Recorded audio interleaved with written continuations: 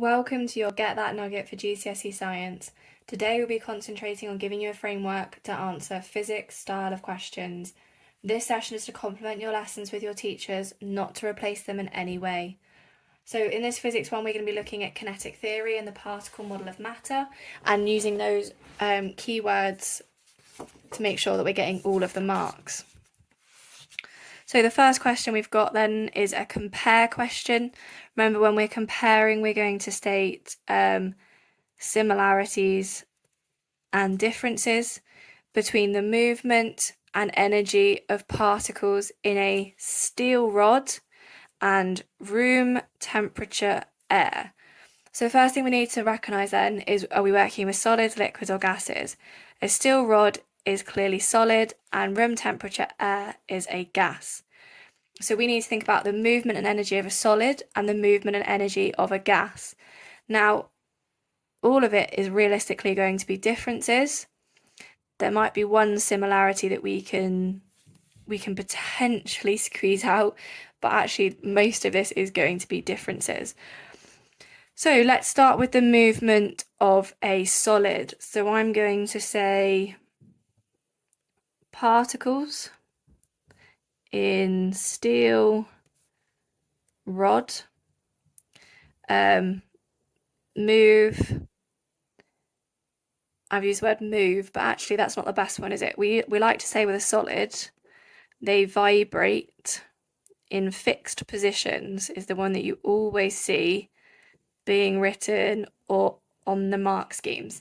Because although if we're drawing a particle diagram for a solid, we draw those lovely neat rows and columns all touching like so, we know that they aren't actually fully stationary. According to kinetic theory, and remember kinetic is movement, they are still just vibrating there on the spot, a bit like my camera keeps doing in the videos, okay? It just vibrates in the fixed positions. So that's the movement. Now, if we're talking about energy, we are talking about kinetic energy. So the particles in the steel rod vibrate in fixed positions. And I'm going to put with very little energy. Now we need to look at the gas. Now I haven't done any direct comparisons in here, which is a bit poor of me, but we'll do some direct comparisons at the end, because that can often push you up into the higher marks by making sure you're making direct comparisons. Now I'm going to say, so particles in air, I'm going to get rid of the room temperature, I'm just going to write air, they'll know what we're talking about. Particles in air, so now we're talking about gas, and how do we describe the movement of a gas particle? It's a lot faster, isn't it? And it's at random speeds in random directions. So particles in air move at random speeds in random directions.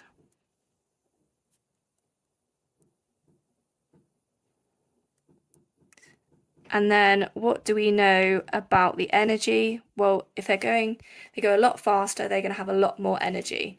So particles in the air move at random speeds in random directions with a lot more energy. Now, although that's not a direct comparison, I am comparing them. I am saying this one has a lot more energy. It'd be better if I said than these and compare them a little bit better. But I have included all of the information that I need. Similarity-wise, they're, similar sized particles. They're both moving. That would be one of the only things that is similar. So I'm going to put a similarity here. They're both moving. But obviously this one is moving faster. So if we were to write this ever so slightly better, we could say here, both steel and air particles move. So now you can see that I'm directly comparing them. And that is obviously a similarity. Both steel and air particles move, but air particles have, air particles move faster as, see I've added a little bit, which you can do in the exam. My writing hasn't caught up with my brain, so I've had to put in a little arrow there. But air particles move faster as have more energy. That would be a direct comparison. It'd be a good way to sort of finish off this. And that is talking all about solid and gas, and we've compared the movement and the energy. Again, if it's telling you to do both things, you have to do both things to get the marks. Second one here, solids have a fixed shape and cannot be compressed. Use kinetic theory to explain why. Consider the spacing, movement and forces of the particle. So again, it's told us exactly what to talk about. The spacing, the movement, the forces. It says use kinetic theory. Sometimes that throws kids off. Again, just remember that's just talking basically about everything we normally talk about. It's just using fancy words. So they've got a fixed shape and they cannot be compressed. Why? Well, let's start with the spacing. This is a solid. Is there a lot of space? No. So I'm going to say cannot compress as little space between particles. So there's no room, there's nowhere for them to go. Where are they supposed to go? They're already touching. Start compressing them, you're just pushing those particles sort of more and more squished. No good. They cannot be compressed as there's little space between the particles. So I've discussed the spacing. Check. Next one is movement. We already discussed the movement. The particles vibrate in fixed position, so are not free to move. And what that means again is how am I going to compress them if there's nowhere for them to move to? They're already in their fixed positions, vibrating. They're not free to move like a liquid particle or a gas particle. They are where they are. So we still cannot compress them. And that we can keep these as bullet points as well if we needed to. Movement. The last one is the forces. Now solids have the strongest forces. And what this means is, unfortunately, therefore, as they get closer and closer together, bear in mind they're already ridiculously close, they actually start to become repulsive. They've got such strong forces, as they start to get even further together, they've got these forces that are actually repelling them away. So solids have strongest forces that act repulsive as you get closer. Act repulsive as particles get closer,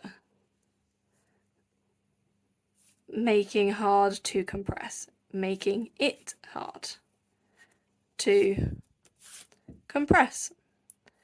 And now I've discussed all of those things. Okay, kinetic theory is all about movement and everything we've discussed. So we've discussed it all. So do not let that word throw you off, because there's nothing in here, perhaps apart from the forces, that you didn't already know. Especially these first two, you know those. And if you didn't, you do now. Last one, because this one is for you to do on your own.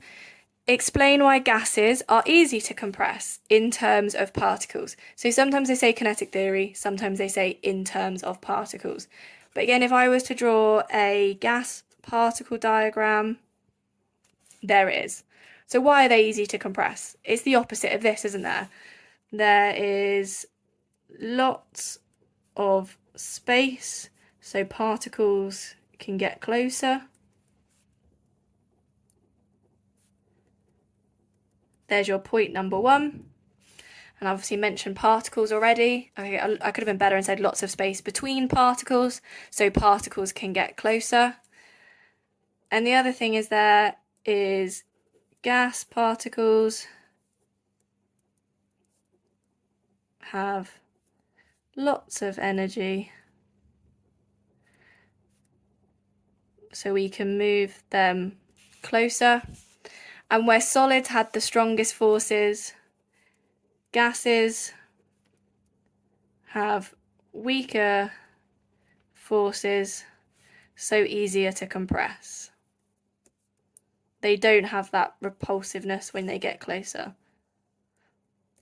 So I've gone a little bit faster there, but that's just because it is literally the opposite of this. There is lots of space between there, so I can start pushing those and compressing them together. They've got lots of energy to be able to move closer, and they've got much weaker forces, so it's so much easier to compress them. So that's solids and gases. We haven't excessively or at all discussed liquids, but there is one here for you to do away and then give feedback to your teacher. So describe the difference in movement and arrangement of particles in solids, liquids and gases. So we're just describing, and you're going to do the movement and arrangements. That just means how they are. So that's like a gas, that's a solid. And then you'd also need a liquid. 3 diagrams would obviously help you in this, and I'd always recommend drawing them. And you're going to do solids, liquids and gases. So we've obviously got a lot of these. Please remember your keywords like vibrate in fixed positions, random speeds and random directions for gases, talking about energy, talking about the forces. It's important that at Key Stage 4 you use this much higher level of terminology, because solids, liquids and gases is something that you've done since a very young age.